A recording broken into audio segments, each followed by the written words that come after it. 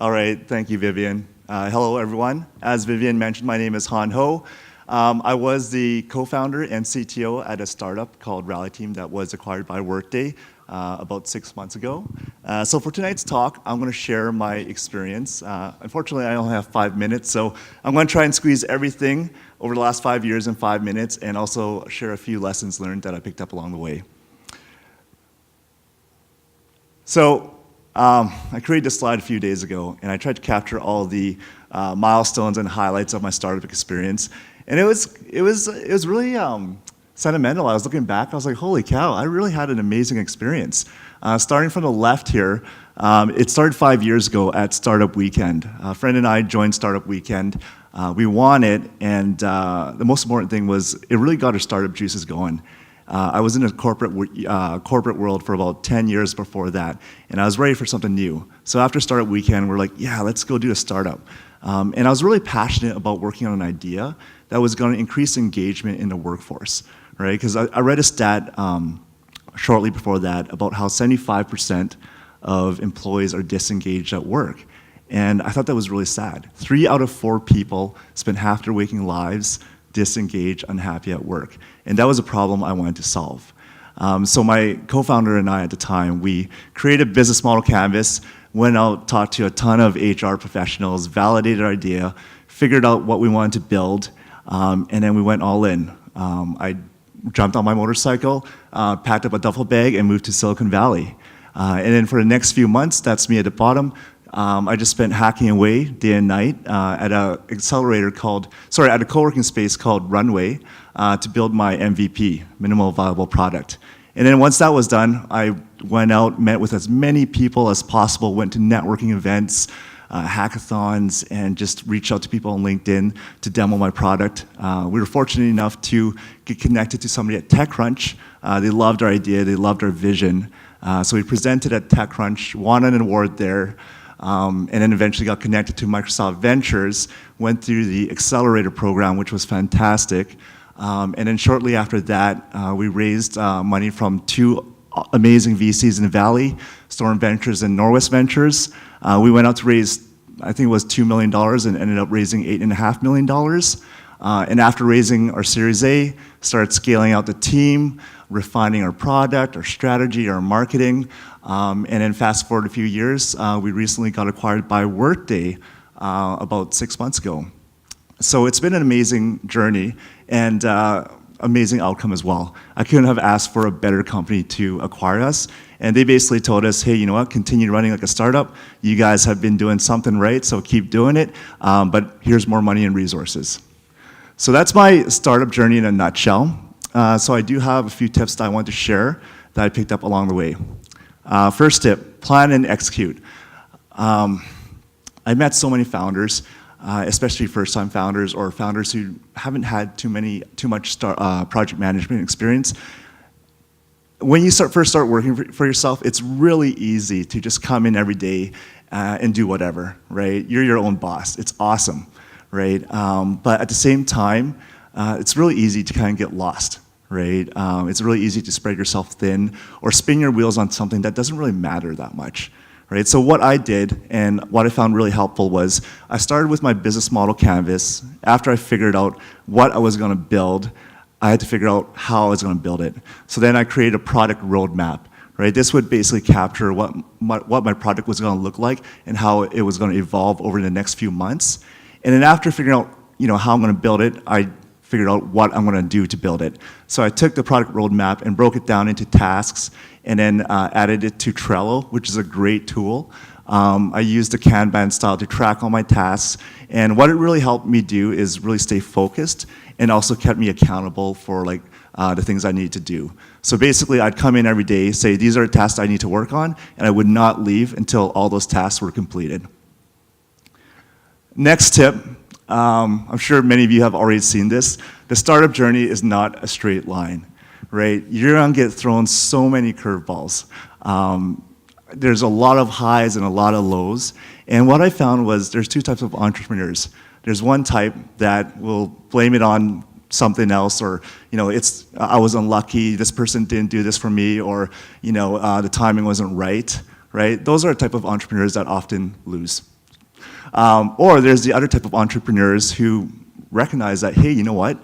Not every situation, not every circumstance is going to be in my favor, but what can I do to learn from it and adapt, right? Those are the ones that are going to succeed. So my suggestion here is, look, it's going to be a rough ride. Accept it, work with it, learn from it, and adapt. Next, hacking and hustling. I heard a few entrepreneurs already talk about hustling. This is so important. The first part, hacking. Coming from the corporate world, I had a lot of money for projects. I had an army of developers. I had millions of dollars to do projects. When I first got into Rally Team, it was just me, right? I didn't have a lot of resources, so I had to figure out ways to cut corners. An example of this is in the bottom right-hand corner. That was version 1 of Rally Team. I'm not a UI guy or a designer, but I put that together in about a week with $60. How did I do that? I went online, looked for a web template, downloaded it for $60, connected it to my backend, changed the colors a bit, and that got me through TechCrunch, that got me through Series A funding, and got me through a lot of customer demos as well, right? So you're gonna have to find ways to become efficient and sometimes cut corners. The next thing is hustling. So right above that picture is the Microsoft Ventures. So I was never supposed to be part of that cohort. I had applied for Microsoft Ventures, didn't hear back from them. I emailed them like 1,000 times, never heard back from them. And then in one of my startup feeds, I saw an article about how the Microsoft Ventures director was coming to San Francisco to meet with a bunch of startups at RocketSpace. He was hoping to pick a startup from RocketSpace to join the accelerator program. So I was like, okay, this is my last chance. I gotta meet this guy, I gotta pitch in front of him. So I found out who the director was, the organizer was for the RocketSpace event. I reached out to him, I said, hey, you know what, you wanna go for lunch? We ended up going for drinks, got pretty drunk. And then at the end of the night, I told him, I shared my idea with him and he liked it. And I said, hey, is there any way you can squeeze me in at the very end of these pitches? I know I'm not part of RocketSpace, but I'd love the opportunity to come on stage and pitch my idea. And he said, you know what, sure, why not, let's do it. Long story short, there was about 5 RocketSpace companies that pitched. I was at the very end, squeezed in my pitch. None of those companies got in, I did. Sorry, not sorry. So hustle. You gotta do whatever it takes to kind of set yourself apart. You're competing against a lot of smart and ambitious entrepreneurs. Do whatever it takes. Networking. My background is computer engineering. I'm a tech guy. I was never really into networking. It's something you're gonna have to learn, right? It's one of the most powerful tools as an entrepreneur. Go to hackathons, go to networking events like TechVan, go out for drinks. Right? You never know who you're going to meet, right? It could be an investor, it could be a VC, it could be a customer, it could be a future engineer that you hire. In fact, when I first moved on to Silicon Valley, one of the very first events I went to, I met a VC, his name was Sean. And I wasn't raising money at the time, but we stayed in touch. We kind of emailed back and forth and went out for coffee a few times. 3 years later, he was our lead investor at Norwest, right? Helped us raise the $8.5 million round. Right? So you never know who you're gonna meet and how they're gonna help you, right? My only tip with networking is, go out there and do it and be genuine about it. Last but not least, the team. Nobody succeeds on their own, right? Actually, a lot of my team members are here. Do you guys wanna raise your hands? Yeah. I'm so grateful to have these guys and girls just because they're so much more talented than me. And there's no way I could have gotten to where, we could have gotten to where we were without an amazing team. My suggestion here is hire slow. Take your time with building your team, especially as a startup, right? You don't want to make the mistake of bringing on the wrong co-founder or the wrong engineers. I've heard so many horror stories. I'm more than happy to share some of those afterwards, but take your time, find the right person, and build an A-player team and don't settle. And then last but not least, have fun. It really is about the journey. Now that we've been acquired, looking back, I don't think about, the acquisition paycheck or whatever. I think about all the amazing memories that we shared together as a team, all the amazing things we've gone through and we've done, and that's what actually makes me happy, right? Looking back 80 years from now, well, maybe not that long.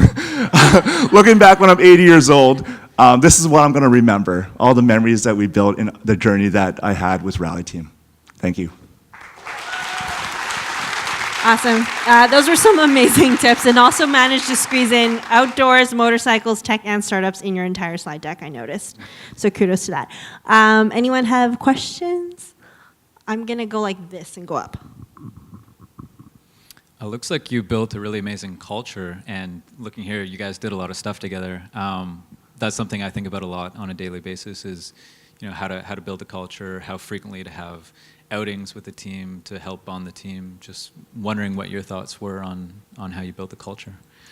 Yeah, no, our motto has always been work hard, play hard. I think it's so important, especially as a startup. You can't compete with like the Amazons and the Googles. And I have one engineer sitting right behind you, Ilder, double PhD, ex-Google. He took a huge paycheck to come to Rally Team for the experience, right? So I think there's a few things you can offer. You can offer the startup experience, right? They can wear many hats. They can do things that they normally wouldn't do in a large company. But at the same time, you can offer a lot of things that larger companies wouldn't necessarily be able to do. So we did things like whitewater rafting, where we almost died at that point. We were in Spain recently. That's a bike ride called Sacalobra. So we rode that. That was at Capilano Suspension Bridge. I think most of us were half cut by then. So yeah, I think it's very important because these relationships, these experiences you build is what's going to keep people at your company, right? It's not like that paycheck, especially for A players. They're looking for an experience, right? It's not that paycheck. It's the people they work with and the experience they're going to have. Hi. Congratulations. This looks like a hell of a journey. What's next? Well, I'm currently at Workday, and I'll be there for a few years. And so far, it's been an amazing experience. Like I said, part of the things that we factored in with the acquisition, because we weren't planning on getting acquired, right? But Workday approached us, and after talking to them, after meeting with them, they had a very similar vision as we did, except they were much bigger. So they basically said, here's a paycheck, here's more money, here's more resources, continue your vision. So I still plan on working on Rally Team at Workday, and hopefully we can still make an impact on that 75% I mentioned earlier. Yep. Sure.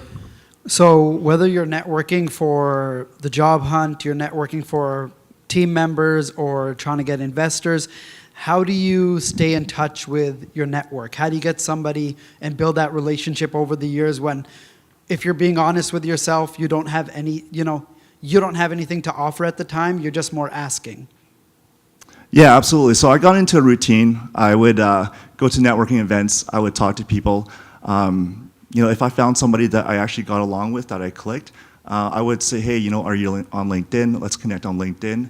And right away, I'd follow up with an email or a LinkedIn message and say, hey, it was great chatting with you. Normally, if I connected with them, there was something that we had in common.